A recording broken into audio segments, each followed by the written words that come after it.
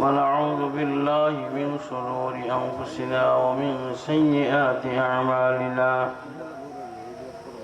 من يهده الله فلا مضل له ومن يضلله فلا هادي له ونشهد أن لا إله إلا الله وحده لا شريك له ونشهد أن سيدنا وسندنا وحبيبنا ومولانا محمدا عبده ورسوله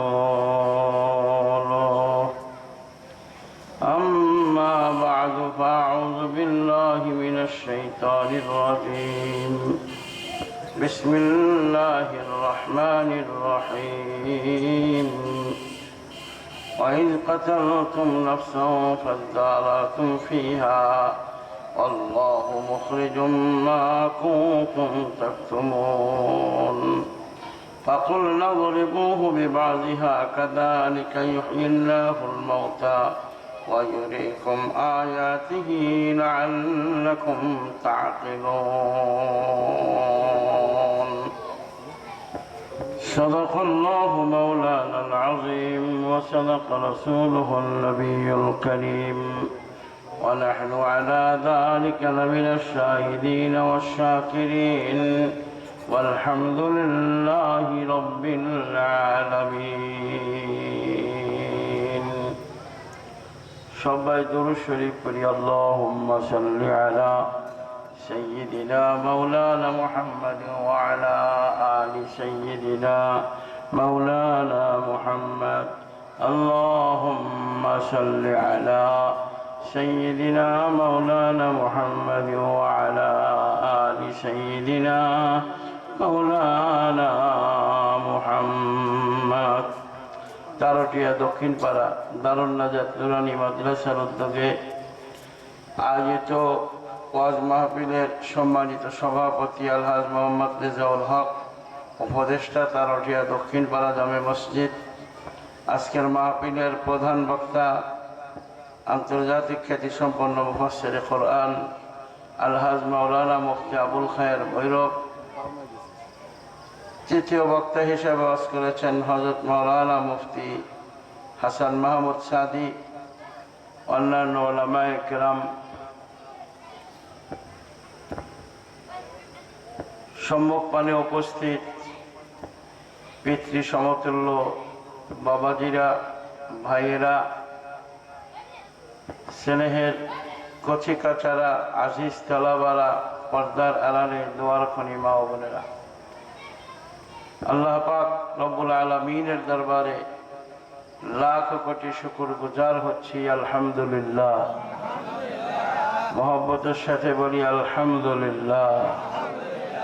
বলেন আল্লাহুম্মা লাকাল হামদু ওয়া লাকাশ শুকরু। আল্লাহুম্মা লাকাল হামদু ওয়া লাকাশ শুকরু।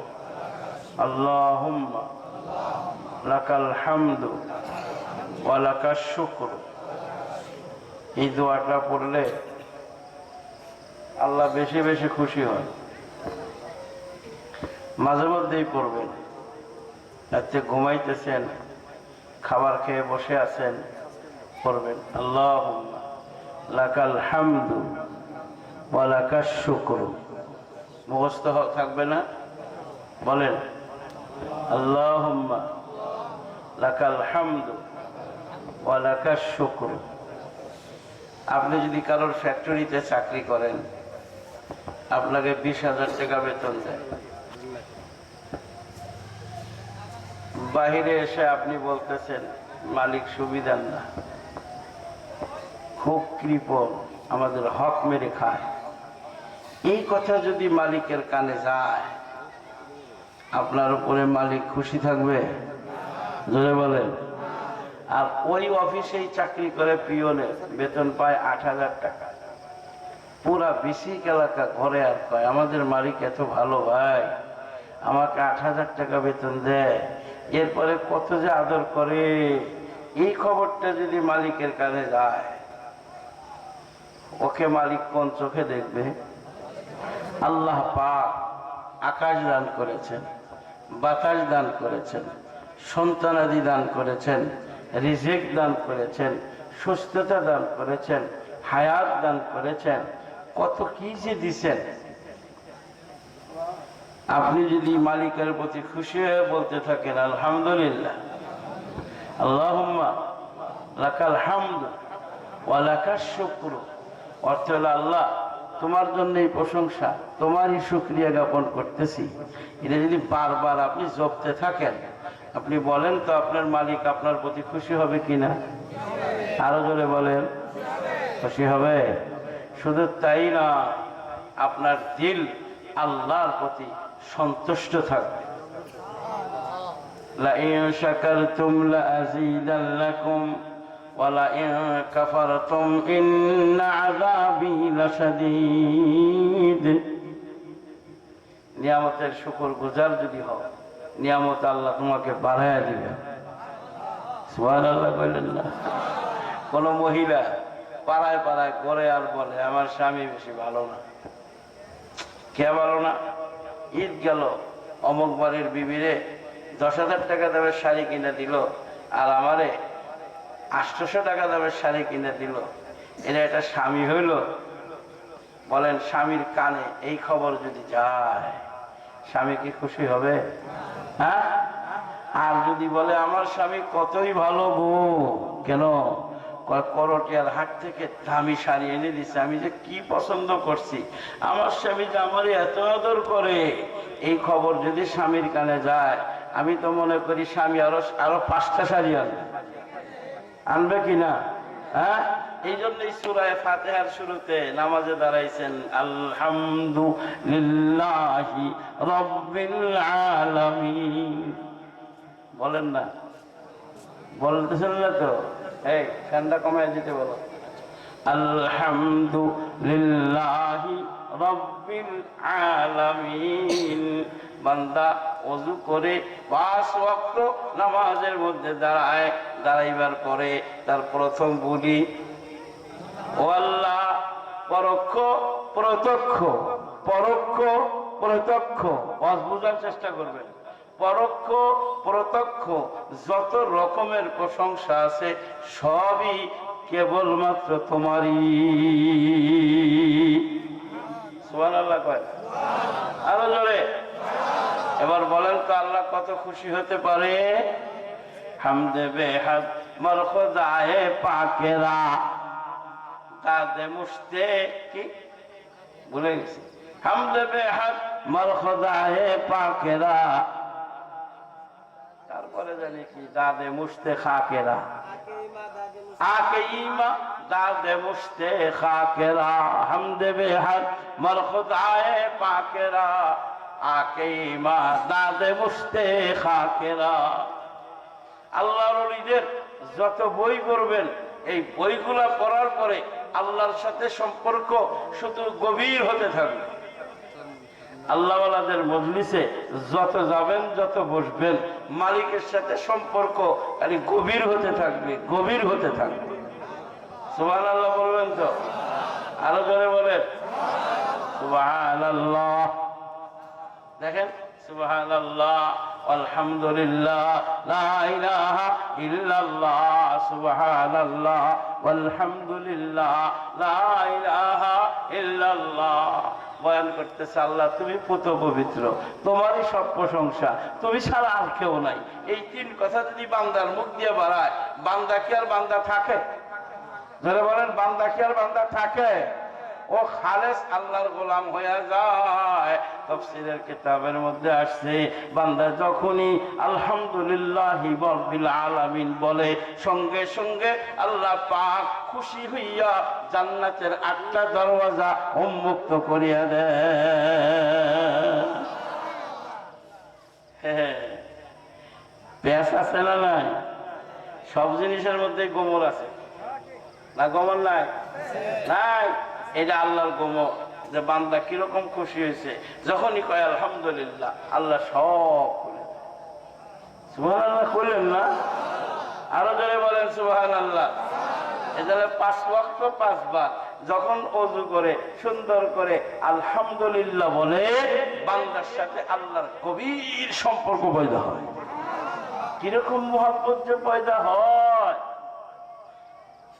কি চাও তুমি বলো, সব দেব।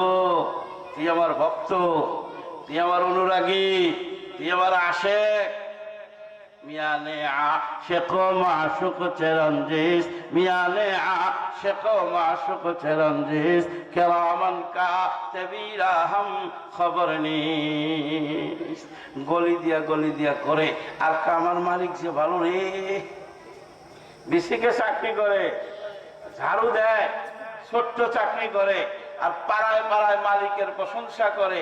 1-2 মাস পরে মালিক একদিন গ্রামে আসছে, আসার পরে এই মহিলাও কয়, স্যার ও যে আপনার ভক্ত, স্যার ও যে আপনার এত ভক্ত, কি নিয়ে যায়? মাঝে মধ্যে একটু দুধ নিয়ে যায়, মাঝে মধ্যে একটু কলা নিয়ে যায়, মাঝে মধ্যে একটু ডিম নিয়ে যায়।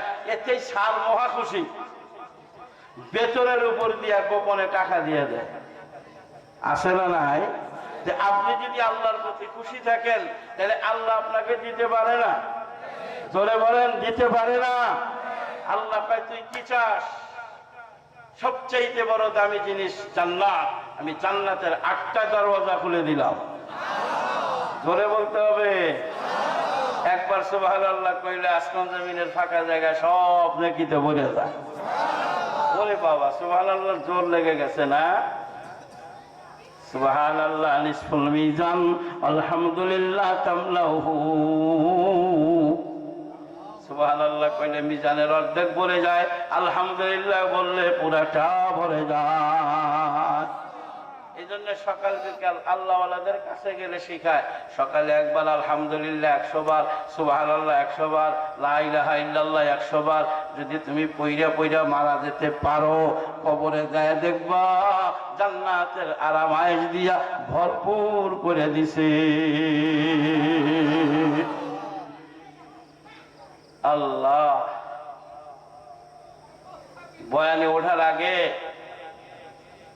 এখানকার সেক্রেটারি সাহেব আর সভাপতি সাহেব মহোদয় 2জনে গেছেন নবীদের কিছু ঘটনা শোনাইবার জন্য। আমি চিন্তা করলাম, নবীদের কি ঘটনা শোনাবো আপনাদেরকে বলেন তো?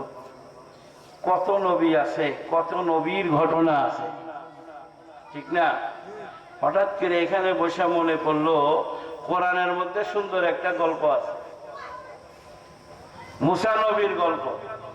শোনাবো? হ্যাঁ, কথা কয় না? মুসা নবীর যুগে একটা খুন হয়েছে। কিসে কোন কোন কোন খুন করছে? আবার 2 ভাতিজা, আপন চাচাকে।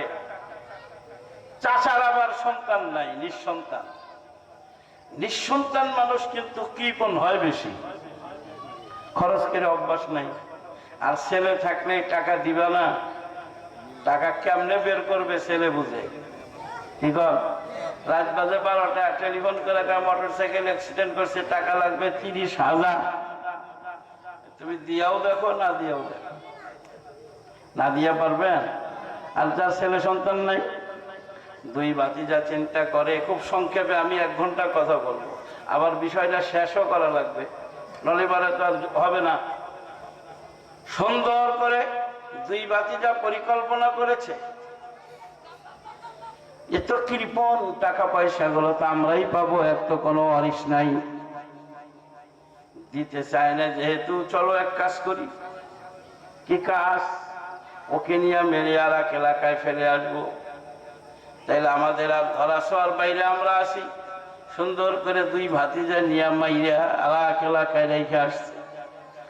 এখন যে এলাকায় আসায় খুনি পাওয়া যায়, মার্ডার কেসের লোক পাওয়া যায়, ওই এলাকার লোকই তো দোষী হয়।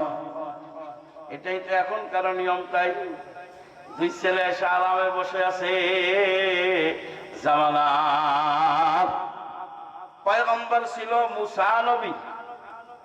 মুসা নবীকে গিয়া তারা বলে, আরে আমরা মাত্র পড়ি, আর কি করবো, চলো পয়গম্বর মুসার কাছে যাই, গিয়া নালিশ করি, মুসা তুমি তো আল্লাহর ওলি, আল্লাহর পয়গম্বর, আল্লাহর সাথে তোমার গভীর সম্পর্ক, কাজে তুমি একটু মেহেরবানি করে এই খুনিটার আসামিটা বের করে দাও। এরা কারা খুন করছে এদেরকে বের করে দাও। মুসা পয়গম্বর সুন্দর করে এবার মুসা আলাইহিস সালাতু ওয়াস সালামের কাছে যখন গেছে, যাওয়ার পরে ওয়াইজ কাতালতুম নাফসান ফাদারাতুম ফিহা আল্লাহু মুখরিজুম মা কুনতুম তাকতুমুন। মুসা আলাইহিস সালাতু ওয়াস সালামের কাছে যাইবার পরে পুরা তাফসীর ভিত্তিক আলোচনা করলে সময় লাগবে অনেক লম্বা সময় নেওয়ার কোনো সুযোগ নাই। ও মুসলমান ভাইরা আমার, মুসা পয়গম্বরের কাছে যখন গেছে, যাওয়ার পরে মুসা আলাইহিস সালাতু ওয়াস সালাম এদেরকে বলছে গরু জবাই করো। আল্লাহ বলতেছেন কি জবাই করতে? গরু জবাই করতে। ওরে আল্লাহ, এটা কইল না, কাম হয়ে গেল। বনি ইসরাইলের দল নিজেরা আপসের মধ্যে গোলমাল শুরু করে দিছে, ঝগড়াঝাটি শুরু করে দিছে। মুসা পয়গম্বর মারা গেছে, মানুষ গরু জবাই করতে কেন বলে? এটা কোনো কথা হইল? আমরা গরু জবাই করতে পারবো না, কিন্তু পড়ে গেছে তো বিপদে, গরু জবাই না করলেও তো হবে না। কারণ হুকুম কার? ধরে বলেন হুকুম কার? আল্লাহর। এরা সব এত ঝামেলা শুরু করে দিছে। হযরত মুসা আলাইহিস সালাতু ওয়াস সালামকে কিছুক্ষণ পরে আয়েশা এবার ডিস্টার্ব শুরু করছে। ও পয়গম্বর মুসা, আপনি তো গরু জবাই করতে বললেন, আচ্ছা গরু আমরা জবাই করব, এর মধ্যে কোনো সন্দেহ নাই, কিন্তু গরুর কোয়ালিটিটা কি হবে এটা তো আপনি বললেন না। গরুর কোয়ালিটি কি হবে? ক্বালু উদউ লানা রাব্বাকা ইউবায়্যিন লানা মা লাউনুহা মা হিয়া। আয়েশা বলতেছে হুজুর গরুটা কেমন হবে বলে দেন।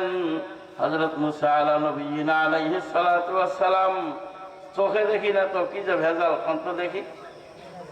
ক্বালু উদউ লানা রাব্বাকা ইউবায়্যিন লানা মা হি ক্বালা ইন্নাহু ইয়াকুলু ইন্নাহা বাকারাতুন লা ফারিদু ওয়ালা বিক ওয়াওয়ানুম বাইনা যালিক ফাফআলু মা তুমারুন।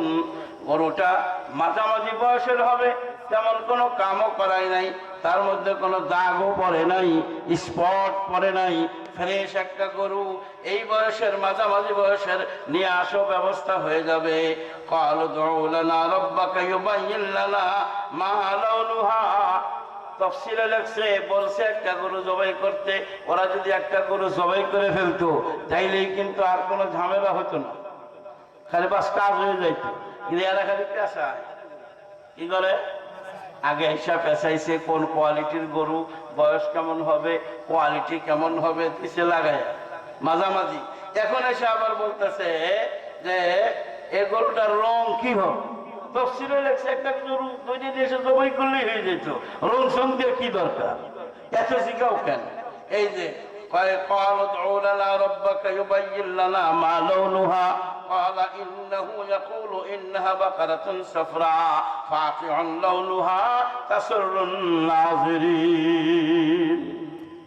এমন একটা গরু হবে চোখ ধাঁধানো, চোখ জুড়ানো, এরকম একটা গরু লাগবে, একদম ফ্রেশ, একদম সফরা রং, জর্দা রং, এছাড়া হবে না। আটকে দিছে। আল্লাহ কিন্তু বলে দিছে লা তাসআলু আন আশিয়া ইন তুবদা লাকুম তাসুকুম। তোমরা এত পেছাপেছি করো না, এত যদি পেছাপেছি করো যত পেছাইতে যাবা তত বিপদে পড়বা। যেভাবে হুকুম আসে করতে থাকো, এত পেছাও কেন? মুসা আলাইহিস সালাতু ওয়াস সালামের কাছে আবার গেছে। ক্বালু উদউ লানা রাব্বাকা ইউবায়্যিন লানা মা হি ইন্নাল বাকারা তাশাবাহা আলাইনা ওয়া ইন্না ইনশাআল্লাহু লামুহতাদুন। মজার ঘটনা, এরা কি একটা হুজুর এইবার কইয়া দেন, এবার গরুটার একটু প্যাঁচ লেগে গেছে, এইবার যদি আপনি ঠিক মতো বলে দেন ইনশাআল্লাহ আমরা আর বিপদে পড়বো না। কি কয়ে বলেছে? কথা কয় না, কি কইছে? ইনশাআল্লাহ। তাফসীরে লেখছে ওরা যদি আগে ইনশাআল্লাহ কইতো তাইলে কিন্তু বেড়া পার। ওরাও কিছু কয় না, আল্লাহ ছাড় দেয়। তাফসীরের মধ্যে কি বুঝলেন? তাফসীরে আসছে কোন মানুষ ভবিষ্যতের কোন কাজ করতে গেলে, দিতে গেলে, নিতে গেলে যদি ইনশাআল্লাহ বলে, আল্লাহ পাক পরওয়ারদিগার আলম ফেরেশতারে বলে দেন, এ ফেরেশতা, আমারই বান্দা আমার উপরে বার রাখছে, সে যদি এই জায়গায় কাজের মধ্যে কোনো ত্রুটি হয় তাহলে কিন্তু সর্বনাশ। তাফসীরে লেখছে ইনশাআল্লাহ যেহেতু বলছে সেহেতু তার কাজের জিম্মাদার তোমরা হয়ে যাও। সুবহানাল্লাহ বলনা। আপনারা কি ইনশাআল্লাহ বলেন? কয়জনে? মুখের মধ্যে সালাম নাই, মুখের মধ্যে ইনশাআল্লাহ নাই, মুখের মধ্যে আলহামদুলিল্লাহ নাই, মুখের মধ্যে সুবহানাল্লাহ নাই, মুখের মধ্যে আল্লাহু আকবার নাই। তাফসীরে আসছে মুমিনদের মুখের মধ্যে সুবহানাল্লাহ থাকবে, আলহামদুলিল্লাহ থাকবে, ইনশাআল্লাহ থাকবে, আল্লাহু আকবার থাকবে। সুবহানাল্লাহ কর। আরো ইনশাআল্লাহ বললে কয় যে জঙ্গি নাকি? আল্লাহু আকবার তাকবীর দেওয়া যাবে না। তাকবীর তাকবীর তাকবীর দেখা কাফের ভয় পায়, তাকবীর দেখা মুনাফিক ভয় পায়। তাকবীর তো মুমিনের শান। কথা বলেন না কেন? তাকবীর কার শান? বাংলাদেশ ৯৭% মুসলমানের দেশ। এই দেশে আল্লাহু আকবার বলতে সাহস পায় নাই। আর ভারতে মুসলমান কতগুলা আর হিন্দু কতগুলা। ওই জায়গার মধ্যে কর্ণাটকে এক মেয়ে মুস্কান পর্দা করতে দেবে না, সে পর্দা করবেই। নারায়ে তাকবীরের আওয়াজ দিয়া সারা দুনিয়াটারে গায়েব করে হলো। ওরে বাবা রে বাবা, মুস্কান এক তাকবীরের বদৌলতে দুনিয়ার যত নিয়ামত আছে সব পেয়ে গেছে। কত বড় বড় মানুষ যে বিয়ে করার প্রস্তাব দিছে, লাস্টে কত মানুষ যে গিয়া টাকা দিছে, এর কোনো হদিস নাই। সুবহানাল্লাহ কইলেন না? আর আমগর মুখের মধ্যে কি নাই? কথা কয় না, আল্লাহু আকবার নাই।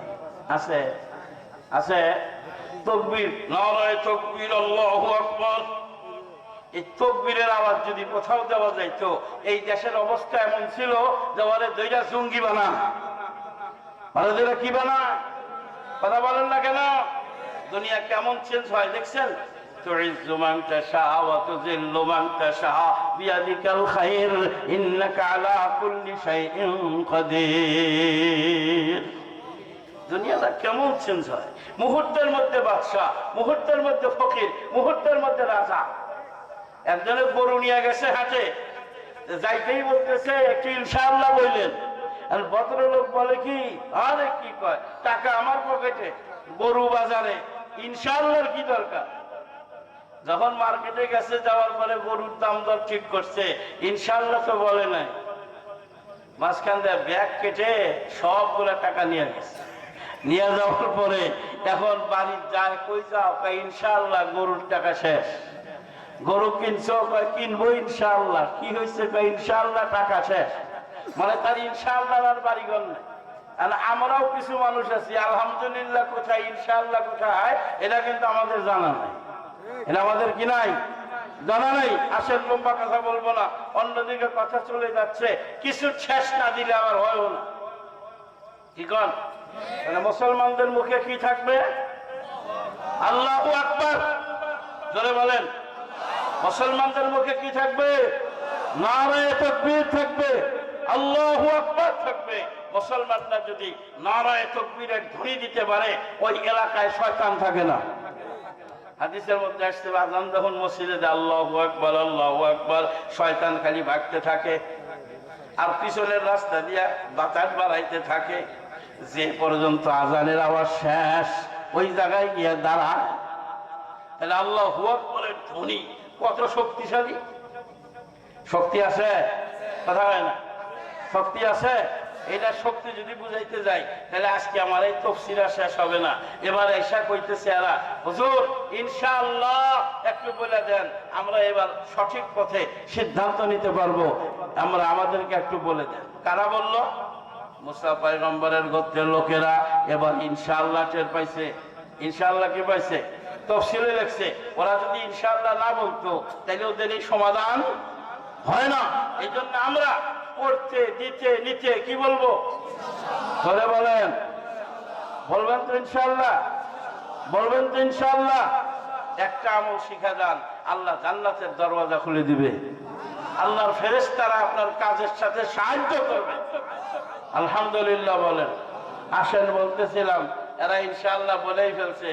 قال إنه يقول إنها بقرة لا ذلول تثير الأرض ولا تسقي الحرث مسلمة لا شية فيها। হালও বয় নাই, পানিও সেচন করে নাই, একদম ফ্রেশ একটা গরু চাই যার মধ্যে কোনো দাগ টাগ নাই। কিরকম টাইট হয়েছে এখন, কয় কি কয় হ এইবার ঠিক মতো হয়েছে, এইবার ঠিক মতো হয়েছে। কিন্তু ঠিক মতো তো হয়েছে, গরুরা খুঁজে বের করা লাগবে না? পাবি কই?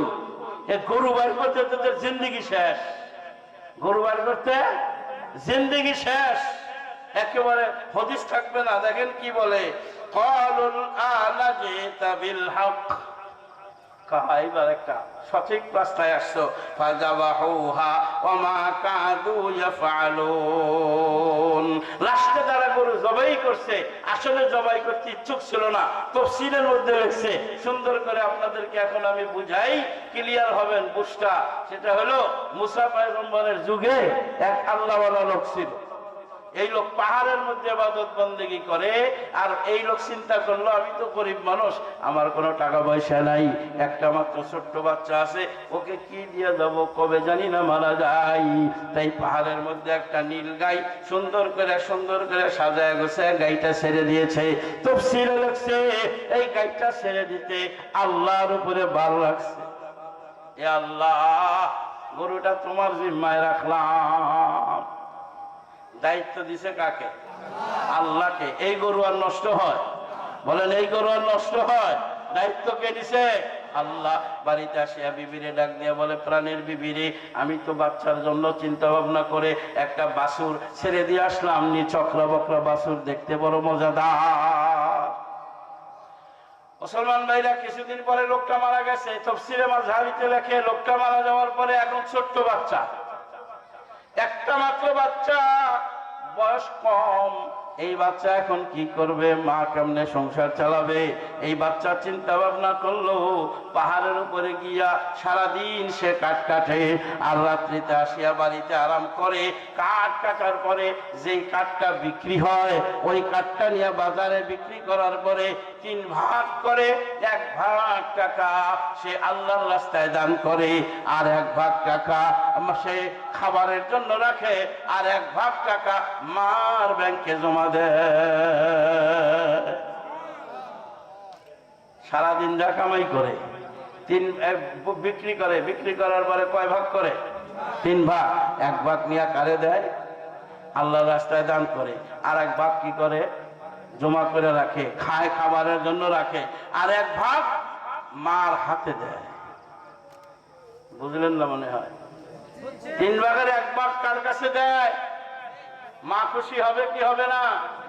তাফসীরের মধ্যে লিখছে, এই সন্তান মা যখন ঘুমিয়ে থাকে, এই ঘুমান্ত অবস্থায় সে রাতকে 3 ভাগে ভাগ করেছে।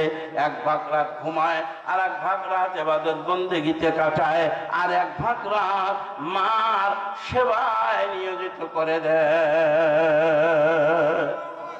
মা ঘুমিয়ে থাকে, মাথা টিপায় দেয়, মা ঘুমিয়ে থাকে, হাত দবায় দেয়, মা ঘুমিয়ে থাকে, পা দবায় দেয়। তাফসীরের কিতাবের মধ্যে লিখছে, এই সন্তানের উপরে মা অত্যন্ত খুশি তো হবে।